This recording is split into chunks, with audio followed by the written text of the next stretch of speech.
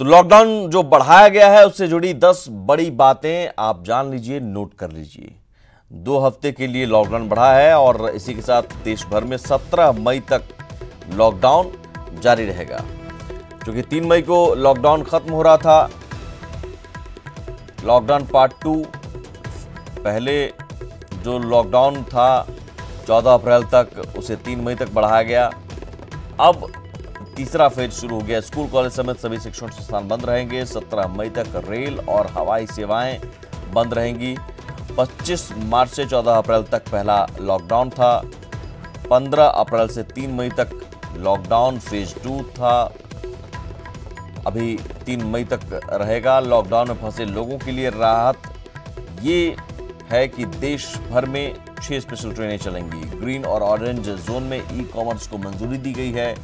Green और orange zone में यानी ऑनलाइन डिलीवरी हो सकेगी। वहीं 50% सवारी के साथ बस की इजाजत है। आगे बढ़ते हैं। शुक्रवार को ही नालंदा मेडिकल कॉलेज अस्पताल से सुखद खबर भी आई, जब कोरोना पॉजिटिव 9 मरीजों को छुट्टी दे दी गई। स्वस्थ हुए मरीजों में पटना जिले के 3, नालंदा जिले के 3, मुंगेर जिले के 2 और बक्सर जिले का 1 मरीज शामिल है। आरएमआरआई में कोरोना की तीसरी सैंपल जांच में सभी 9 मरीजों की रिपोर्ट नेगेटिव आते ही उन्हें 14 दिनों की होम क्वारंटाइन को लेकर अस्पताल से छुट्टी दे दी गई। अस्पताल अधीक्षक ने बताया कि अब तक 63 कोरोना पॉजिटिव मरीज पूरी तरह स्वस्थ होकर अपने घर लौट चुके हैं। देना चाहती हूँ कि कोविड-19 से घबराना नहीं है, इसका इलाज है। और जो एनएमसीएच की तरफ से जो सेवाएं हैं, उनका खान पान, उनका पूरा न्यूट्रिशन का ध्यान दिया जा रहा है। टाइम पे मेडिसिन दिया जाता है, जिससे कि हम लोग स्वस्थ होकर के घर जा रहे हैं। इसमें से 2 जो है मुंगेर के हैं, 3 नालंदा के हैं, 1 बक्सर के हैं, 3 पटना के। कटिहार में एक ही दिन 2 कोरोना पॉजिटिव मरीज मिलने से खलबली मच गई।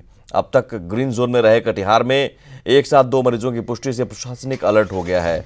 डीएम ने अपने अधिकारियों के साथ बैठक की है और आगे की रणनीति पर जुट गए हैं। केसेस आए हैं, एक कुरसेला में है और एक कदवा ब्लॉक में है। दक्षिणी मुरादपुर पंचायत है और रिजवानपुर पंचायत है। ट्रैवल हिस्ट्री वगैरह कुछ पता चला है? हाँ, वो सब प्रोसेस चल रहा है। कोरोना बंदी में पहली बार पायलट प्रोजेक्ट के तहत तेलंगाना में फंसे झारखंड के लोगों को ट्रेन के जरिए हटिया लाया गया। हैदराबाद से रांची के लिए स्पेशल ट्रेन चलाई गई। मजदूर दिवस के दिन कामगारों और प्रवासी लोगों के लिए की गई पहल का स्वागत मुख्यमंत्री हेमंत सोरेन ने किया, तो घर पहुंचने पर मजदूरों ने सरकार का शुक्रिया अदा किया।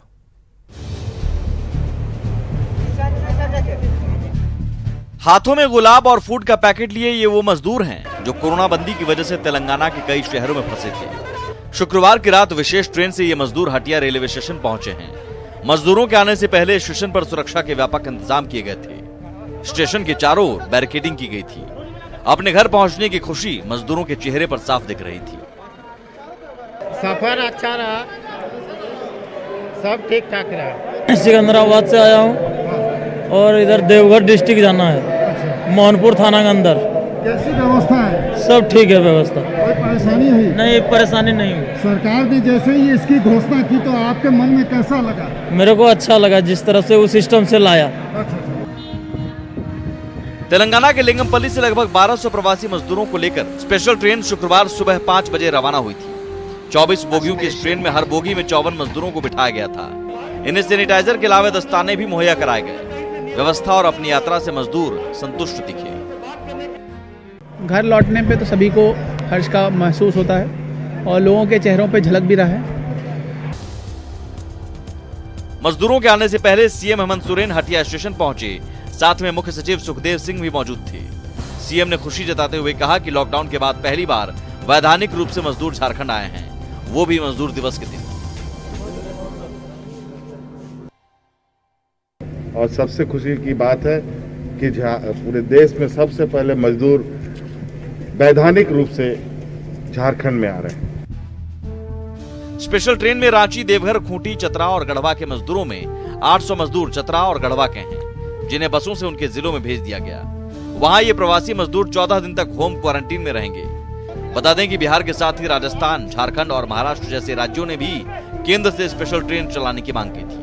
जिसके बाद केंद्र ने ट्रेन चलाने के लिए राज्यों को रेलवे बोर्ड से बात कर योजना बनाने को कहा है। भुवन किशोर झा के साथ ओम प्रकाश, न्यूज़ 18, रांची।